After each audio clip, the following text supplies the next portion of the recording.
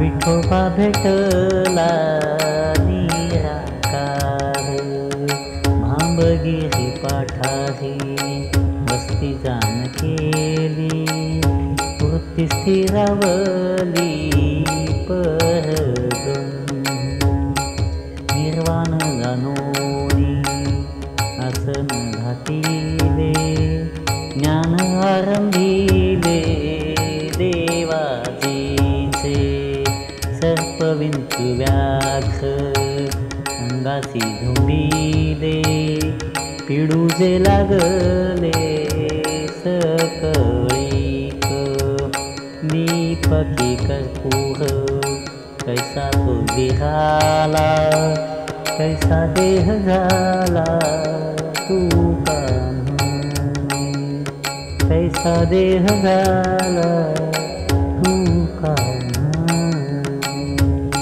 कैसा देह झाला तू कान्हा. नमस्कार मंडळी, मी राम होते तुमचं स्वागत करत आहे एका नवीन व्हिडिओमध्ये. महाराष्ट्राला लाभलेली अध्यात्माची परंपरा फार मोठी आहे आणि आज आपण अशाच एका अध्यात्माच्या ठिकाणी आलेलो आहोत. हे ठिकाण म्हणजे भामचंद्र डोंगर.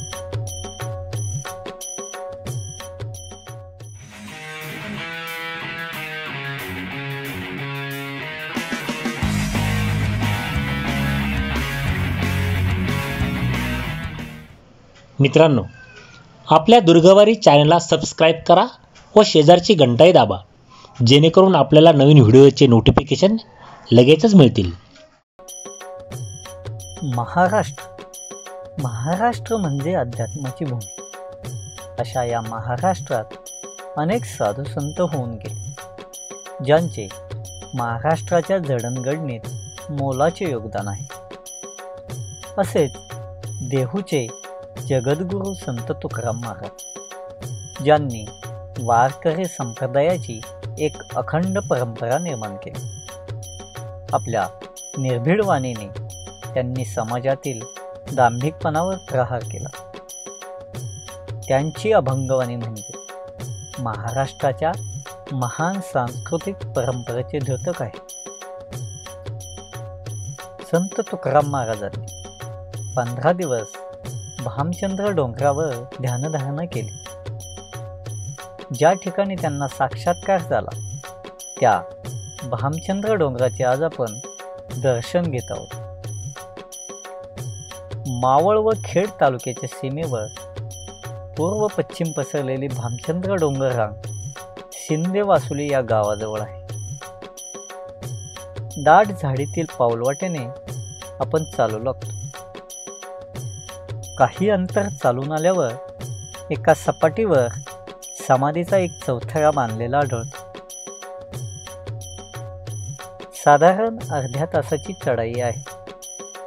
डोंगराचा खालचा भाग दाट झाडीचा व वर कातळरूपी मुकुट असलेला भामचंद्र डोंगर भामगिरी या नावाने ओळखला जातो. देहूपासून अंदाजे 10 किलोमीटर, चाकणपासून 14 किलोमीटर, तसेच तळेगाव दाभाडेपासून 20 व पुण्यापासून अंदाजे 40 किलोमीटर अंतरावर ही पवित्र भूमी पाहायला भेटते. समाधीपासून 10 मिनिटात आपण कातळ कड्याजवळ पोचतो. येथे एका उंच ठिकाणी कातळात खोदलेलं पाण्याचं टाकं आढळतं. याच्या पुढच्याच बाजूला एक गुहा खोदलेली आढळते. त्याला लागूनच एक पाण्याचं टाकं आहे. या गुहेला भामचंद्र भगवान मंदिर म्हणतात. आत प्रवेश केल्यावर सभामंडपातील नंदीची मूर्ती पाहायला भेटते. आत गाभाऱ्यात शिवलिंग आहे व त्या पाठीमागे एक मूर्ती दिसते. गाभाऱ्याच्या बाहेर डाव्या बाजूला गणपतीची व उजव्या बाजूला अजून 2 मूर्ती पाहायला भेटतात. गुहेतून बाहेर पडल्यानंतर पाण्याचं अजून एक टाकं पाहायला भेटतं. ही प्रशस्त अशी गुहा आहे. वारकरी संप्रदायाचे अनुयायी या ठिकाणी राहतात. त्यांच्यासोबत राहण्याचा अनुभव उत्तमच आहे.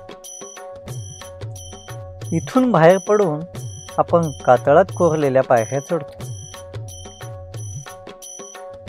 मुळात हे सहलीचे किंवा भटकंतीचे ठिकाण नसून ही अध्ययनाची तपोभूमी आहे.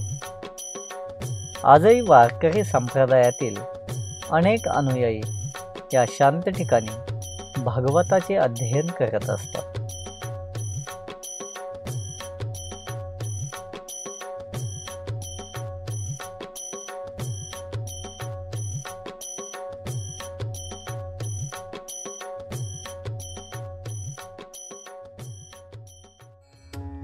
अतिशय नीरव शांतता या गुहेत अनुभवता येते.